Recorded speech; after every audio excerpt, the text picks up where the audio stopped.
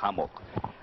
Si Ginoong Reagan, mga kaibigan, dahil lang po sa ilang bagay na ang inyo po nakikita, mga kaibigan, ay bahagi po ng tinatawag na Old Guards. Ito po ang kanilang sandatahang lakas na bahagi po ng grupong revolusyonaryo, at ito po ay kinabibilangan ng mga bahagi po ng sandatahang lakas po nila, ang kanilang lakas pangkatihan.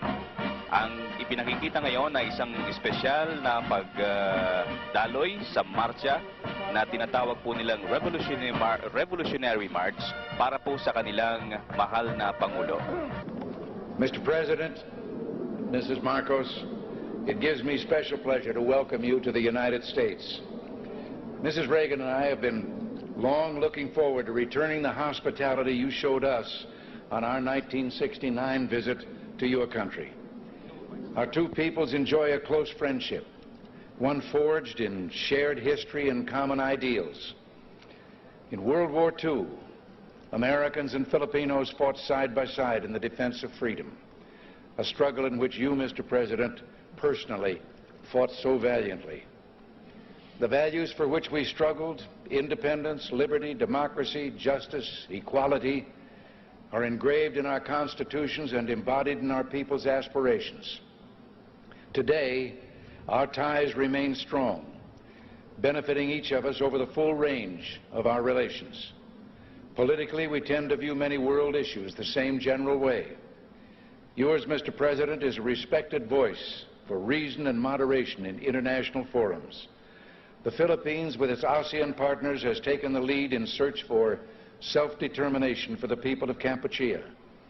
In that vein, let me also pay tribute to you and Mrs. Marcos' personal leadership and commitment to the care of refugees in Southeast Asia.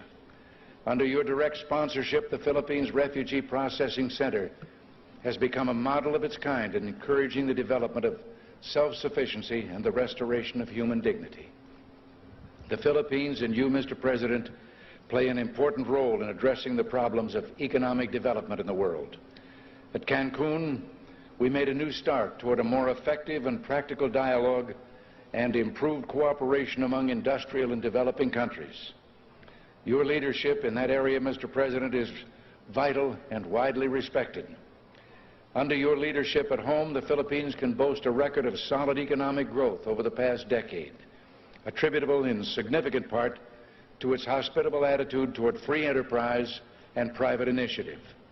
Your country's dedication to improving the standard of living of your people is an effort in which we've been delighted to participate through bilateral and multilateral economic assistance. Your continuing interest in better nutrition has led the Philippines to achieve self-sufficiency in food grain production. You can also point with pride to the success of your rural electrification program, now bringing benefits to an increasing number of remote regions. And I find it a matter of personal satisfaction that your country and my home state of California are both pioneers in developing geothermal power to replace expensive energy imports.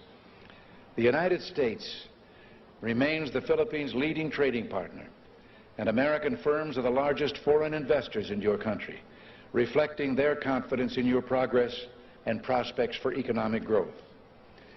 We have welcomed the growing two-way trade between our nations and have been pleased that we've been able to keep our markets for the products of your growing manufacturing and industrial sector the most open of any country in the industrialized world. America considers itself especially fortunate to have nearly 1 million persons of Filipino heritage now residing in our country. They bring with them their energy and their talents, and they contribute enormously to the rich diversity of American society. Similarly, thousands of Americans, enchanted by the beauty of your nation and by its people, have chosen to live in the Philippines. Our security relationship is an essential element in maintaining peace in the region and is so recognized. This relationship, one of several we have in the Western Pacific, threatens no one but contributes to the shield behind which the whole region can develop socially and economically.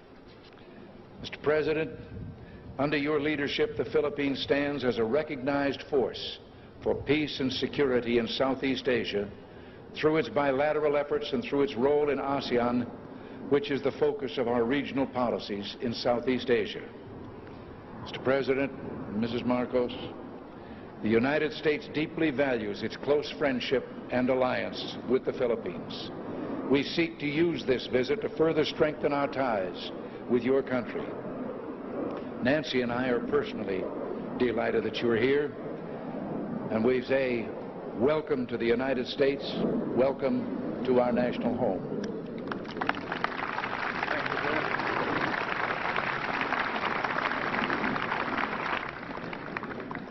Thank you very much, President Reagan, Mrs. Reagan, members of the Cabinet, distinguished guests, my friends. On behalf of the 50 million people of the Philippines, Mrs. Marcos and I express our gratitude for your warm welcome to Washington and to the United States of America. This great and beautiful city, that is one of the few cities that was built as a capital for a great nation, is indeed, as has been written, the key to knowing the secret of America. And this house of the American people, an American frontier that never vanishes. Your beautiful city with its grand memorials, its monuments, its walks, is indeed a city that memorializes the great achievements of your people for the past 2 centuries. But more than that, it keeps offering to the enterprising and the talented, the courageous and the strong, the rewards of effort and of initiative. At the same time, as I stand here on American soil, I realize that I stand on what may be the center of the government of the United States of America, here where, as I have often stated, the future is being born. The future is being born depending upon the man who is in the White House. And the man who is in the White House today certainly is creating a new future for our world.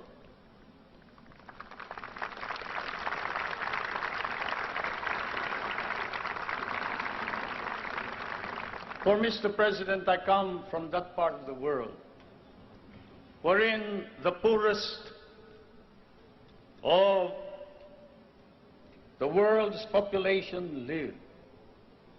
I come from that part of the world that cherishes an image of America with its ideals, its dreams, its illusions. I come from the Philippines, a part of Asia which has been molded along the principles of American democracy. We learn to love these ideals and principles, and we lost 1 million of our people fighting for them in the last war. We have always stood by these ideals. We shall continue to do so, whatever may be the cost, at the risk of our fortunes, our lives, but more important of all, our honor. We stand for the ideals of democracy that is our legacy from the United States of America.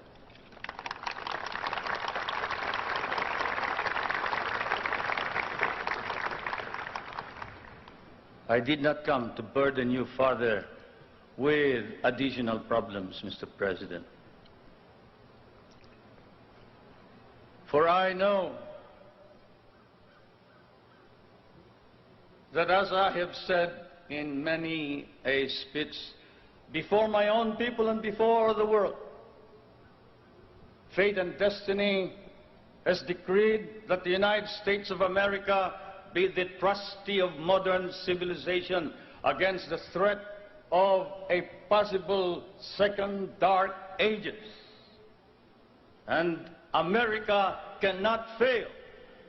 And therefore, we, the Filipino people, come and bring to you a prayer that God and His divine providence may grant you guidance, strengthen both your heart and hand, so that that hand may be strong on the lever of power and save our humanity.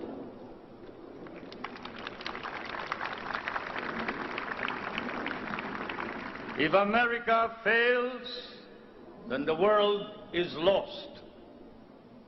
And thus, Mr. President, I can assure you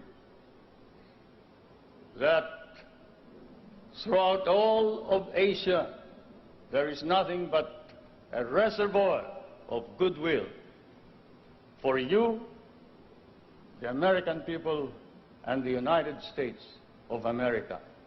Once again, may I say thank you for your warm welcome and your hospitality, which I know we will never be able to reciprocate.